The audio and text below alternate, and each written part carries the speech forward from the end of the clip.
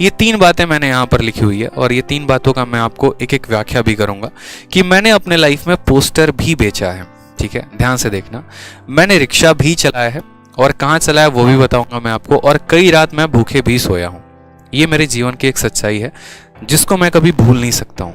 ठीक है, और ये कैसे हुआ क्या हुआ ये बता रहे हैं। वक्त है 2014 का, जब हम दिल्ली में आए थे ग्रेजुएशन करने, जब हम 12th में थे और 12th पास आउट करके जब हम दिल्ली में आए थे ना, तब उस समय मेरी जो उम्र थी, अगर हम 2014 की बात करें तो कितने साल हो गए, 14 4 18 साल की मेरी उम्र थी और 18 साल की उम्र में हम जो है वो दिल्ली में आए हुए थे। 1996 का हमारा जन्म है और 18 साल के दिल्ली में जब हम यहाँ पर आए थे ना, तो उसके बाद से हमने घर से पैसे मंगाने बंद कर दिया।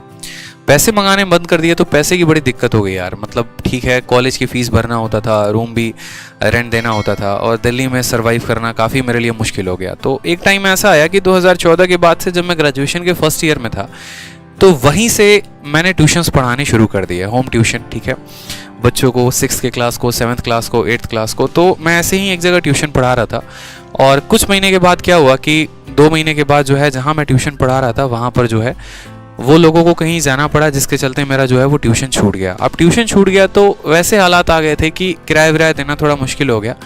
तो वैसे केस में मेरे जो कुछ दोस्तों का समूह था, जो कि शायद अगर आज ये वीडियो देख रहे हो तो उनको ये बात पता भी होगा। तो मेरा एक दोस्त करके था, आशीष करके, उसने कहा कि यार देखो फलाने जगह पर चलना है, 2 घंटे का काम है, गुड़गांव में एक्चुअली जाना था, 2 घंटे का काम है और 2 घंटे में स्कूल का प्रमोशन करना है, उसके लिए तुम्हें वो 400 रुपये देंगे। तो मैंने कहा चल लेते हैं, कोई दिक्कत की बात नहीं है। ठीक है, उनकी कैब आई थी, हम धौला कुआं मेरा कॉलेज था, वहाँ से जो है कैब में बैठकर मैं गया गुड़गांव में। और गुड़गांव में जाने के बाद वहाँ पर ये हुआ कि हाँ 2-3 घंटे जो है आराम से एक रिसेप्शन रहेगा, वहाँ पर बैठकर प्रमोशन करना है और करने के बाद वो 200-300 रुपये 400 रुपये उनकी बात हुई थी कि वो दे देंगे ऐसे करके। तो मैंने कहा चलो ठीक है, कोई दिक्कत नहीं है। लेकिन प्रॉब्लम वहाँ तक नहीं आई, प्रॉब्लम वहाँ से शुरू हुई। ठीक है, उन्होंने जो कहा था जस्ट उसका डिफरेंट हुआ। वो गाड़ी में बिठाए और गाड़ी में बिठाने के बाद जो है 4 दोस्त थे हम टोटल, उन्होंने 4 अलग अलग चौक पे छोड़ना शुरू किया हमें। मुझे जो है वहीं पर एक इफ़को चौक करके है, मतलब उधर ही साइड में, वहाँ पर मुझे उन्होंने उतार दिया और कहा कि सर आप ये पैम्पलेट पकड़ो, ये पैम्पलेट डिस्ट्रीब्यूट करो, जो पोस्टर होते हैं ना, जो पर्चे होते हैं। ठीक है, और ये पैम्पलेट आपको लोगों को देना है और ये फॉर्म है, जो लोग आपसे पैम्पलेट लेंगे या इंटरेस्टेड होंगे ये भरवाने हैं। 50 से ऊपर फॉर्म भरोगे तभी हम आपको पिकअप यहाँ करने आएंगे। मेरी हालत उस समय ऐसे ख़राब हो गई ना कि मेरे मतलब पैर के नीचे से मेरा ज़मीन खसक गया था। मुझे एक पल के लिए समझ में नहीं आ रहा था कि ये हुआ है तो हुआ क्या है। दिन ऐसे कभी लाइफ में देखे नहीं थे कि पोस्टर बांटने की नौबत आ जाएगी। ठीक है, बट कोई बात नहीं, मैंने कहा चलो कोई बात नहीं। और बुरा तब लगा ना कि जब मैं लोगों के पास जा रहा हूँ पोस्टर लेके, तो अरे भैया टाइम नहीं, हटाओ यार यहाँ से मत बात करो। क्योंकि हम भी ऐसा करते हैं, कोई समय पोस्टर लेके आता है, अरे भाई टाइम नहीं है यार बाद में। तो कोई जल्दी वो फॉर्म भरने को रेडी नहीं था और जब तक वो फॉर्म हम नहीं भरते तब तक कोई मुझे पिक करने नहीं आता। मेरे पास उस समय पैसे भी नहीं थे, ना मोबाइल फ़ोन था, चोरी हो गया था कुछ टाइम पहले दिल्ली में आते ही। जैसे तैसे करके लोगों से फॉर्म भरवाए, फॉर्म भरवाने के बाद किसी के नंबर से उनको फ़ोन किया, उन्होंने पिक किया। और एक वो दिन था जब मतलब हम कहते हैं ना कि यार पढ़ाई बहुत मुश्किल है, पढ़ाई बहुत मुश्किल है, नहीं होता है, मैथ्स है सॉल्व नहीं होता है, जीएस है याद नहीं होती है। उसी दिन मुझे लाइफ में समझ में आ गया था कि इससे मुश्किल तो धरती पे कोई काम है ही नहीं, इससे बेस्ट है। ठीक है, मतलब अगर मैं ये बात बोलूं, एक तरफ पढ़ाई और एक तरफ पोस्टर बेचना है, तो मैं बोलूंगा कि मेरे लिए जो है ना, मेरी जो पढ़ाई है ना वो ज़्यादा आसान है, मेरे लिए पोस्टर बेचना काफ़ी मुश्किल है। तो मैंने अपने लाइफ में कई रात मुझे लगे थे उस चीज़ से मुझे बाहर आने में, तो मैंने अपने लाइफ में पोस्टर भी बेचा। दूसरा इंसिडेंट ऐसा हुआ 1 साल के बाद, जब मैं सेकेंड ईयर में वापस से था, मेरा पेपर बीत गया था, मुझे रूम चेंज करना था और रूम चेंज करने के लिए जो है मकान मालिक ने बहुत ज़्यादा तमाशा खड़ा किया हुआ था। हम रूम भी ऐसे लिए हुए थे कि 2000 रुपये हमारा रूम का किराया था और जिसमें हम 2 लड़के रहते थे, एक मैं था और एक अजय नाम का लड़का था, भाई है मेरा, वो भी मतलब मेरे गांव का ही था। वो फिजिक्स ऑनर्स वो कर रहा था, मैं केमिस्ट्री ऑनर्स। तो 2000 रुपये किराए में हम दोनों रहते थे, लेकिन मकान मालिक आए दिन परेशान करना, पढ़ाई में डिस्टर्ब करना, बड़े मुश्किल से करके हम लोगों ने रूम चेंज करने का डिसीजन लिया। लेकिन हमारे पास सामान ले जाने के लिए भी जो है वो रिक्शा विक्शा कुछ भी नहीं था। तो पास में ही हम शाम को सब्जी लेने जाते थे, तो एक सब्जी वाले से थोड़ी सी अच्छी पहचान हो गई थी, क्योंकि हम भी बिहार के थे, वो भी बिहार के थे। तो बातों बातों में तो जस्ट हमारे रूम के सामने ही उनका ठेला रखा हुआ था। तो हमने कहा कि भैया देखो पैसे तो है नहीं, थोड़े बहुत आप 150 रुपये ले लेना, क्योंकि 400-500 रुपये ले रहे थे शिफ्ट करने के लिए ऑटो और रिक्शे वाले। मैंने कहा भैया 150 रुपये दे देंगे, रिक्शा हम लोग खुद ही चला लेंगे, सामान हम लोग खुद ही रख लेंगे, हम लोग रूम पे पहुंचा देंगे, बस आपका रिक्शा आधे घंटे के लिए चाहिए।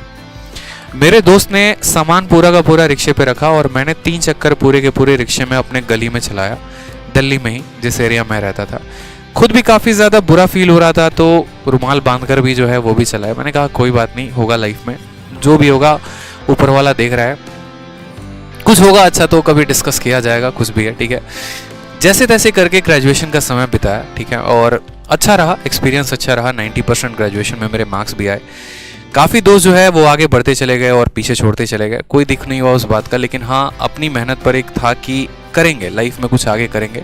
तो जब मैं ग्रेजुएशन के 3rd ईयर में जब मैं आया ना, तो मैं अलग अलग कोचिंग्स के इंस्टीट्यूट्स में मैं पोस्टर्स देखता था। अच्छा ये ऑल इंडिया रैंक 1 है, अच्छा ये ऑल इंडिया रैंक 2 है, इन्होंने सीजीएल में स्कोर किया है, इन्होंने जो है यूपीएससी में ऑल इंडिया रैंक मारा है। तो उसी के अंदर से है ना मेरे अंदर एक मोटिवेशन आना शुरू हो गया कि यार अगर ये पोस्टर्स में है ना, मैं भी ऐसा काम करूंगा कि मैं भी ज़रूर पोस्टर में आऊँगा, ठीक है, और मेरे भी पोस्टर्स लगेंगे, मेरा भी नाम हर जगह पर होगा, उसके लिए मैं बहुत मेहनत करूँगा। ग्रेजुएशन ख़त्म होने के बाद एक कमरा लिया, यहीं पर वज़ीराबाद है दिल्ली में एक जगह, और वहीं पर रहने लगा मैं।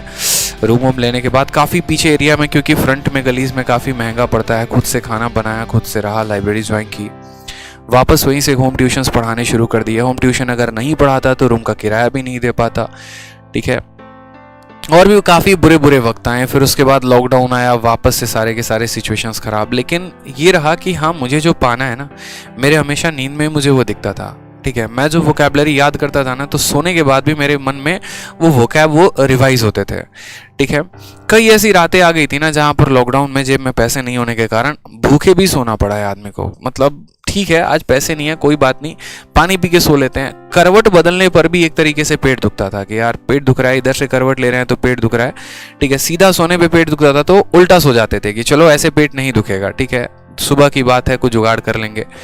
ऐसे ऐसे वक्त मैंने अपने इस दिल्ली में बिताए हैं, ठीक है। ऐसे ऐसे वक्त पिछले 3 सालों के अंदर जो है मैंने देखा है अपना, मतलब एक एक सिचुएशन मैंने अपने लाइफ में देखी है, और उस सिचुएशन से मुझे इतना मोटिवेट किया है ना, इतना मोटिवेट किया है कि आज उसी का नतीजा है कि बैक टू बैक मेरे पास 5 सरकारी नौकरियां है, और मैं चाहूँ तो जो ले सकता हूँ। मैं एक इंस्पेक्टर भी हूँ ऑलरेडी, सीजीएल 2019 से एक्साइज इंस्पेक्टर भी हूँ, ठीक है।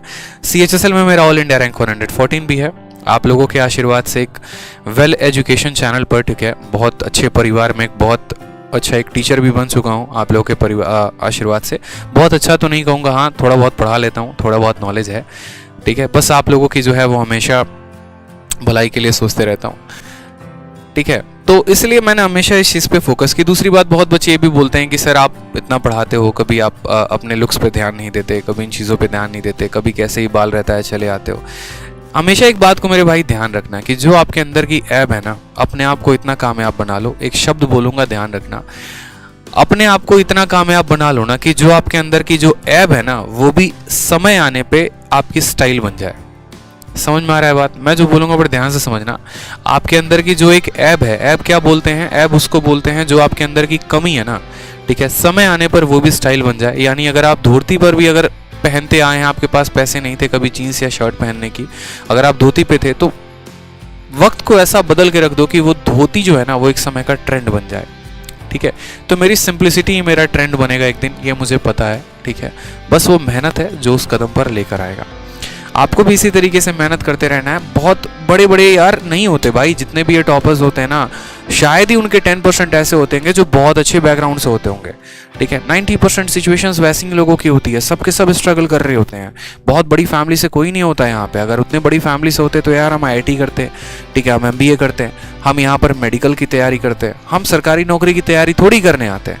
हमें पता है कि हमारे पीठ पीछे हमारे परिवार के पास कुछ भी नहीं है। उतने पैसे होते तो वो तैयारी करवाते नहीं है, तभी तो हमें आगे इस जंग में आके लड़ना है, और अपने लिए भी लड़ना है, और अपने आने वाले जो है एक तरीके से जनरेशंस के लिए भी लड़ना है। तो ये अपने मन में एक ठानो, एक मोटिवेशन रखो, पॉजिटिव मोटिवेशन रखो, मेहनत करो। आपके मेहनत से बड़ा कुछ भी नहीं हो सकता इस धरती पे। और मैंने खुद पर्सनली अपने लाइफ में देखा है कि मेहनत का जीवन में कोई तोड़ नहीं है। जिसने मेहनत की है वो हमेशा निरंतर आगे बढ़ता गया है, ठीक है, और वो हमेशा आगे बढ़ता चला जाएगा। तो इस मेरी है ना, आप कभी ये मत सोचना कि सर जो है बहुत शुरू से हाई फाई थे, इंग्लिश मीडियम में पढ़े थे, बहुत हाई बैकग्राउंड थे, हमारा ही बैकग्राउंड लो है। मैं बच्चों से आज बात करता हूँ, बहुत बच्चे ऐसे हैं जो सिक्योरिटी गार्ड की जॉब करते हैं, बहुत बच्चे ऐसे हैं जो खेतों में अभी भी काम करते हैं, खेती भी करवाते हैं, पढ़ाई भी करते हैं, बहुत ऐसे हैं जो दिल्ली में बस में कंडक्टर भी एक स्टूडेंट, ठीक है, और फिर भी उस बार इसके सीजीएल में भी काफ़ी अच्छे नंबर है, सीएचएसएल में भी। तो सबका ऑलमोस्ट पैटर्न इतना ही होता है मेरे भाई। बस मैं बोलूँगा कि वो बच्चे काफ़ी ज़्यादा खुशनसीब हैं जिनके पास रोटी आ रही है और जिनके पास मेहनत करने की ज़रूरत नहीं है, उनके घर वाले उनको सपोर्ट कर रहे हैं। तो ऐसे बच्चों को मुझे जहाँ तक लगता है भाई जान लगा दो, ठीक है, कम से कम वो हाथ में स्मार्टफोन तो है, कम से कम फैसिलिटीज़ तो घर वालों ने दे रखी है, ठीक है। सोचो उनका जिनके पास तो कुछ भी नहीं है, फिर भी वो एक से एक रैंक फोड़ रहे हैं और एक से एक नौकरी लेके जा रहे हैं, ठीक है। तो मेहनत करते रहो, भगवान न करे कभी किसी के जीवन में ऐसी नौबत आए, ठीक है। हमारे में आई, चलो हमने सह लिया, किसी और में आए तो पता नहीं कोई सह भी पाए या नहीं सह पाए।